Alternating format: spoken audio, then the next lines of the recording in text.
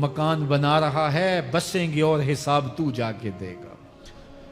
اور یہ تو ایک رات بھی تجھے اس گھر کے اندر نہیں رکھیں گے کہ چلو ایک رات مہمان رکھ لیں، کہتے ہیں نہیں نہیں مہمانوں نے بھی جانا ہے تو جلدی کرو، اس کو سپرد کراؤ۔ وہ تو تیرا لباس بھی پھاڑ کے اتاریں گے، خود غسل دینے کے لیے تیار بھی نہیں ہے، تجھ سے خوف آنے لگا ہے۔ جاندی واری ڈرونا بنے ہوتے، ہاتھ نہ لاندے ڈر دے، جنہ لئی تو پاپ کمائے اج کتھے نہیں تیرے کر دے۔ آج تو وہ تیرے ساتھ تجھے غسل دینے کے لیے آمادہ نہیں ہے۔ وَالْتَفَّتِ السَّاقُ بِالسَّاقِ، جب پنڈلی پہ پنڈلی چڑھنے لگ جائے گی، إِلَىٰ رَبِّكَ يَوْمَئِذٍ الْمَسَاقُ، اس دن تیرے رب کی طرف ہی لوٹ کے جانا ہے۔ فَلَا صَدَّقَ وَلَا صَلَّىٰ، اس نے نہ تو سچ مانا اور نہ نماز پڑھی۔ وَلَٰكِنْ كَذَّبَ وَتَوَلَّىٰ، ہاں جھٹلایا اور منہ پھیر کے چل پڑا۔ ثُمَّ ذَهَبَ إِلَىٰ أَهْلِهِ يَتَمَطَّىٰ، پھر اپنے گھر کو اکڑتا ہوا چلا۔ اولا لک فاولا ثم اولا لک فاولا، تیری خرابی آ پہنچی، ہاں تیری خرابی آ پہنچی۔ ایحسب الانسان ان یترک سدی، انسان دنیا میں یہ گمان کرتا ہے اس کو سدا چھوڑ دیا جائے گا۔ سدا عربی میں ایسے اونٹ کو کہتے ہیں جس کی مہار کسی کے ہاتھ میں نہ ہو، شترے بے مہار، جہاں مرضی جس گھاٹ سے چاہے پانی پیے، جہاں سے مرضی چارہ لے، تو شترے بے مہار کو کہتے ہیں سدا۔ تو یہ انسان بھی گمان کرتا ہے کہ میں بھی سدا ہوں، مجھے کوئی کیوں پوچھے، میرے جذبات پہ کوئی کیوں قدغن لگائے، مجھے کیوں روکے کوئی۔ بالخصوص جوانی کے ایام کے اندر جوان کو بڑا ہوتا ہے کہ کوئی مجھے کیوں، وہ تو ماں باپ کے کہنے میں بھی نہیں آنا چاہتا، وہ کہتا ہے کیوں مجھے روکتے ہیں، میری جوانی ہے، میرے جذبات ہیں، مجھے آزادی سے جینے دو، کیوں میرے راستے میں رکاوٹ بنتے ہو، میں سدا ہوں۔ اللہ فرماتا ہے نہیں، ایک اونٹ تو سدا ہو سکتا ہے، جس کو میں نے اشرف المخلوقات بنایا ہے اس کو تو سدا نہیں چھوڑوں گا، اس کو تو پابند بناؤں گا حکام کا۔ اب وہ کہتا ہے کہ نہیں نہیں، یہ کیسے دوبارہ اٹھائے جائیں گے؟ اب دوبارہ وہی بات پھر آ گئی، الم یک نطفۃ من منی یمنی، اللہ فرماتا ہے ایک بوند تھی نا، پانی کا ایک قطرہ تھا جو رحم مادر میں رکھا گیا، ثم کان علقہ، پھر وہ پانی کا قطرہ لوتھڑا بنا، فخلق فسوی، پھر اللہ نے اسے پیدا فرمایا اور پھر ٹھیک ہموار کیا، فجعل منہ الزوجین الذکر والانثی، پھر اس سے وہ جوڑ بنائے، کوئی مرد بنایا کوئی عورت بنائی۔ کہا اب غور کر، اب تیری آنکھیں دیکھتی ہیں، بجلیاں چمکتی ہیں، تیری زبان کا طوطی بولتا ہے، لوگ اشش کرتے ہیں تیری گفتگو پہ، تیری گفتار پہ صدقے جاتے ہیں، تیرے لہجے کے جمال کو دیکھتے ہیں، تیرے سینے کا زور، تیرے پنجوں کی طاقت، تیری دماغ کی تیزیاں اور تیری سوچوں کے اجالے، تیری زوردار ٹانگیں، تیرے کڑیل بازو اور تیری چوڑی چھاتی اور تیرے گلاب کی پتیوں جیسے ہونٹ، اے انسان یہ سب کچھ کہاں تراشا گیا؟ ماں کے رحم میں، اس تاریکی میں جو 3 پردوں میں تھی، تیرا سر تیرے گھٹنوں میں تھا، اور تیرے رب نے وہاں تیرے اندر نسوانیت یا رجولیت کی صلاحیتیں پیدا کی، تیری آنکھوں میں چمک پیدا کی، تیرے کانوں میں نغمے بکھیرے، تیری زبان کے پٹھوں پہ قوت ذائقہ رکھی، تجھے بولنے کی صلاحیت دی، تیرے پنجوں میں زور رکھا۔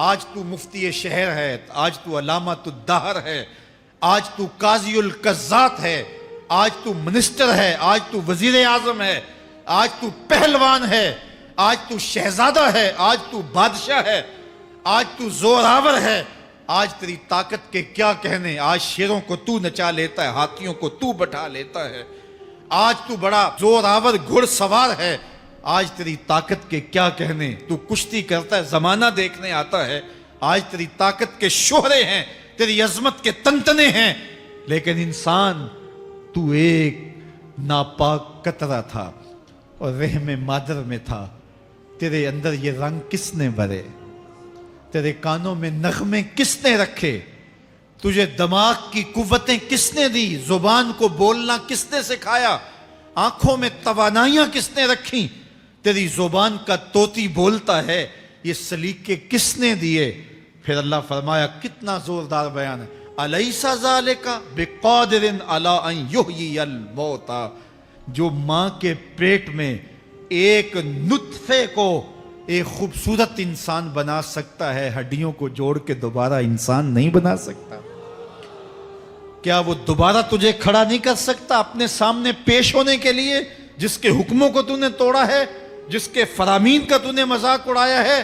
کیا وہ اتنا ہی بے بس ہے کہ اپنے حضور تجھے جو ہے وہ کھڑا ہی نہیں کر سکتا ہے؟ جس رب نے تجھے ماں کے شکم میں شکل دی، حضرت شیخ فرید الدین عطار بولتے ہیں سانے کزتی سلاتی می شود، ایسا کاریگر ہے مٹی سے بادشاہ بنا ڈالتا ہے۔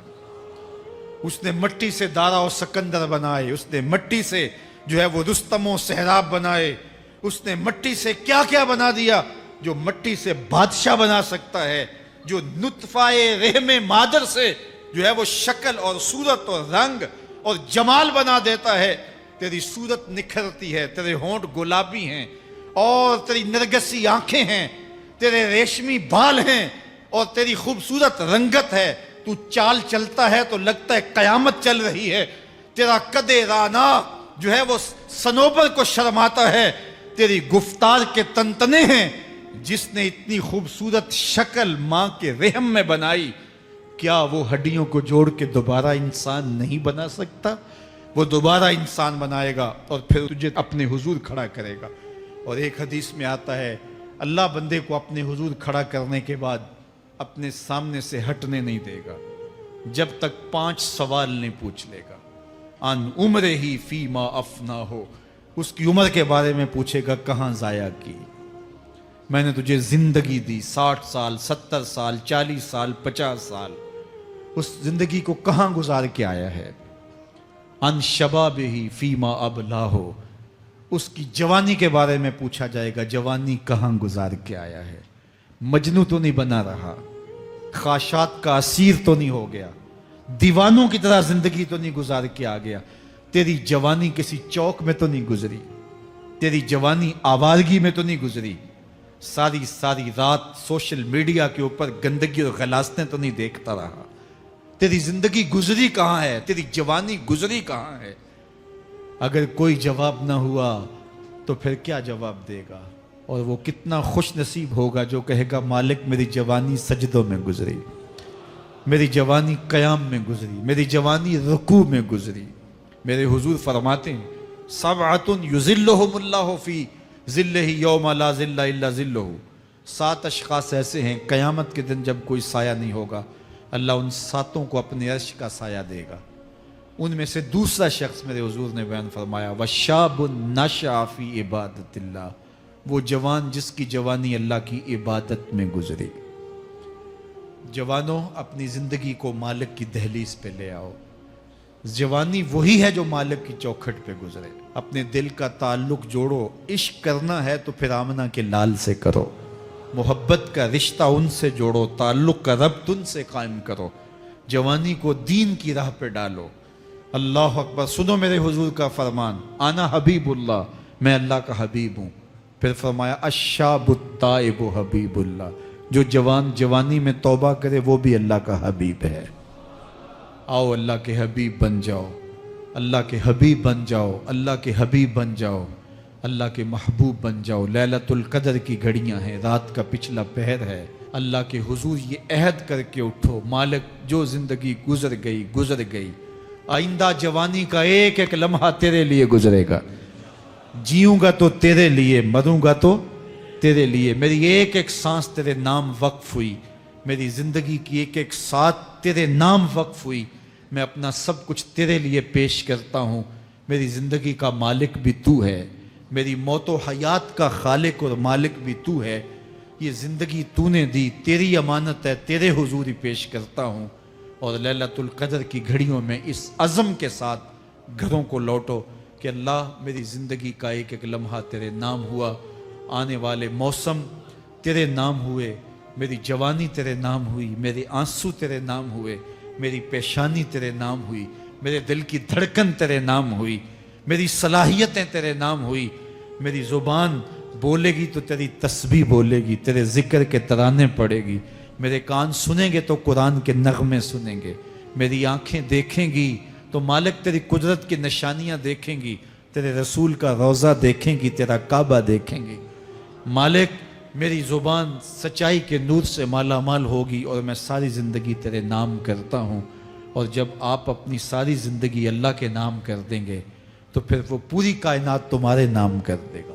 کی محمد سے وفا تو نے تو ہم تیرے ہیں، یہ جہاں چیز ہے کیا لوح و قلم تیرے ہیں۔ اللہ آپ سب کو اپنی پناہ میں، امان میں اور حفاظتوں کے حصار میں رکھے۔